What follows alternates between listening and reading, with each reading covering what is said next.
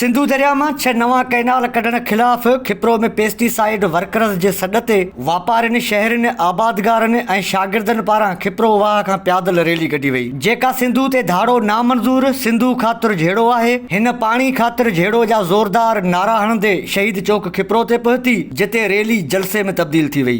Rally में शरीक pesticide workers, वापारियुनि, शहरनि, आबादगारनि ऐं सियासी समाजी माण्हुनि टाइम न्यूज़ सां ॻाल्हाईंदे चयो त सिंधु दरिया सिंध जे माण्हुनि जो जियापो आहे, तंहिं करे सिंधुअ मां हिकु बि कैनाल कढण न ॾींदासीं। पाणी असांजे लाइ केॾो अहमियत रखे थी। अल्हम्दुलिल्लाह अॼु ही रैली ॿुधाए थी असां में सुजागी अची विया। असां पुरअमन तरीक़े सां उन्हनि खे ॿुधायूं था जेसि ताईं कैनाल बंदि न थींदा, इन्हनि जो कमु न बंदि थींदो, असीं हलंदा रहंदासीं, पंधु हलंदासीं, रोडनि ते सुम्हंदासीं, गिचियूं कपाईंदासीं, सिसियूं कपाईंदासीं, औलाद खे कपाईंदासीं, लेकिन सिंध ते धारे ते पाणी ते धाड़ो कॾहिं क़बूल न कंदासीं, न क़बूल आहे। सिंधी क़ौम जेका 7 करोड़ सिंधी आहियूं, उन्हनि जी बका जो मसलो आहे, उन्हनि जे जियापे जो मसलो आहे।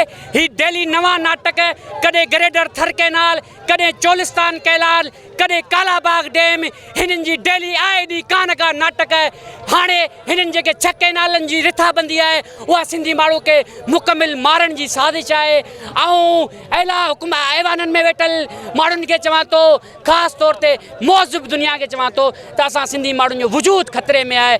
असांजी डेल्टा तबाह थी वई आहे, असांजो माहौलियात तबाह थी वई आहे। असां सां गॾु ॿियो पाणी आहे ज़िंदगी, पाणी हूंदो त माना सिंध जो असांजो कारवार हलंदो। हू चवनि था त असां पंहिंजो चोलिस्तान आबाद करियूं, असां पंहिंजो गुलशन साड़ियूं ऐं हुननि जा बीट आबाद करियूं। जेके ऐवान में हुकूमत में वेठा हू अक़ल खां ख़ाली आहे या शरिया आहिनि, या उन्हनि जो दिमाग़ कमु कोन थो करे। लाखों किरोड़ों माण्हू बेरोज़गार थी वेंदा, बेला घेराबाद थींदा, पण पखी मरी वेंदा। जंग जंग आहे, मुंहिंजी तोसां जंग आहे, पलीत कर पेर परते ही धरती मुंहिंजो नंग आहे। साईं हिते पाणी सुकण जी ॻाल्हि न आहे, हिते ॻाल्हि आहे सिंध जे वजूद जी ॻाल्हि आहे। ठीकु आहे, असां में छोड़ करे विछोड़ करे जेको आहे असांखे अक़लियत में तब्दील करण जी कोशिशि कई वई आहे। सिंध खे जेको आहे तबाह बर्बाद बणाइण जी कोशिशि कई वई आहे। हीअ पंहिंजे जेको आहे रेगिस्तानी इलाइक़े चोलिस्तान खे आबाद करण जे लाइ असांजी 12 मिलियन जेका ज़मीन आहे इन खे जेको आहे तबाह ऐं बर्बाद करणु चाहींदा। सिंधु ते धाड़ो, सिंधु ते धाड़ो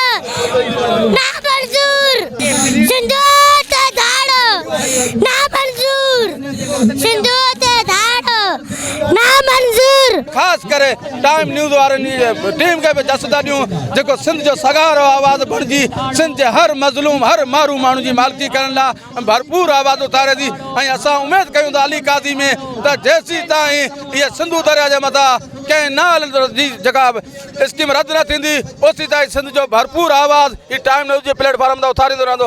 महिरबानी मोहतरम अली काज़ी। जेके कैनाल ठाहिया आहिनि असां हिननि खे कंडम कयूं था ऐं उन ऐवाननि खां घुर कयां थो, जेके ऐवाननि में वेठा आहिनि उन्हनि खे उन्हनि माण्हुनि खां घुर कयूं था त हीअ जेके कैनालनि जा जेके उन्हनि मनसूबा ठाहिया आहिनि हीअ वापसि कया वञनि। मुसलसल सिंधु दरिया ते धाड़ो लॻंदो रहियो आहे ऐं सिंधी क़ौम जी जेका आहे हक़ तलफ़ी थींदी रही आहे। जेकर कैनाल निकिरी विया त सिंधी माण्हुनि जो जापो न रहंदो।